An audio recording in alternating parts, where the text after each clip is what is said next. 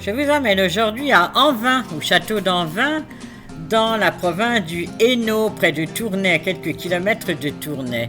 De chaque côté de la grille, des lions qui eux-mêmes supportent les armes des Lannoy, les actuels propriétaires, avec les 3 lions couronnés. La demeure est une demeure construite en 1561 dans ce qu'on appelle le gothique Renaissance belge. Tout en briques, vous voyez là, entouré pour les 3/4 par de l'eau. Et c'est la famille Lannoy qui l'acheta en 1783. Là, ils en firent leur demeure.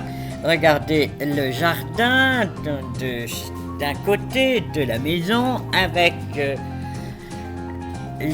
l'espace, les hectares, donc clos de très hauts murs, et à l'intérieur des pelouses. Regardez ma Corentine qui est venue avec moi parce que je signais mon livre dans cette demeure chez ses cousins.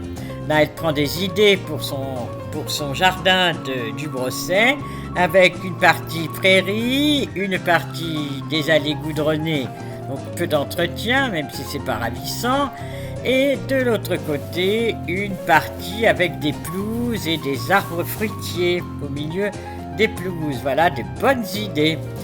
Les serres, elles, sont en train d'être restaurées avec les couches ici pour avoir les petits pieds, les petits plants. Revenons au château. Voilà la grande demeure avec ses magnifiques platanes de chaque côté. Et nous entrons.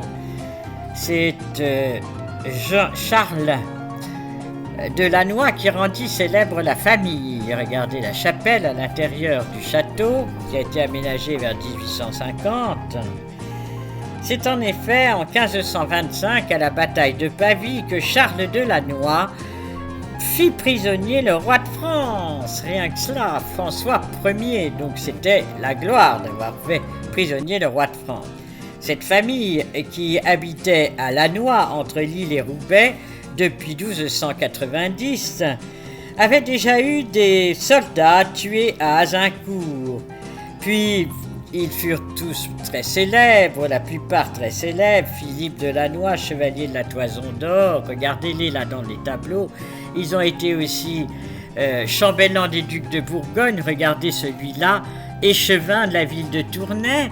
Ici, sur les armes, vous retrouvez les 3 lions couronnés, c'est l'hobbit ici, et que l'on met dans les chapelles. Ça, c'est une petite pièce dans une tour carrée qui a été décorée de boiseries et tout est ovale. Et au milieu, des cuirs de Cordoue absolument magnifiques, dorés, avec ces ravissantes fleurs dessinées avec du cuir de l'époque où le Hainaut était espagnol, en tout cas l'empereur était aussi roi d'Espagne. Voilà, ces Lannoy ont été aussi feld-maréchal de l'impératrice Marie-Thérèse à Vienne. Regardez là les grandes percées, ça c'est la façade côté jardin, parc, avec ce très grand pont et ses perspectives magnifiques. Eugène fut donc feld-maréchal de l'impératrice Marie-Thérèse, gouverneur militaire de Bruxelles, grand maréchal de la cour, chevalier de la Toison d'Or, vraiment une famille très illustre. Philippe fut grand maître de la maison de la reine Élisabeth, grand maréchal de la cour, et regardez là les actuels descendants qui jouent comme tous les enfants du monde sur les barrières défendues. L'autre événement, c'est le 28 mai 40, la capitulation de l'armée belge eut lieu dans la bibliothèque. Le général de Rousseau pour les Belges et le général von Reichenau pour le Führer. Voilà, je vous quitte pour une autre destination. À bientôt. Au revoir.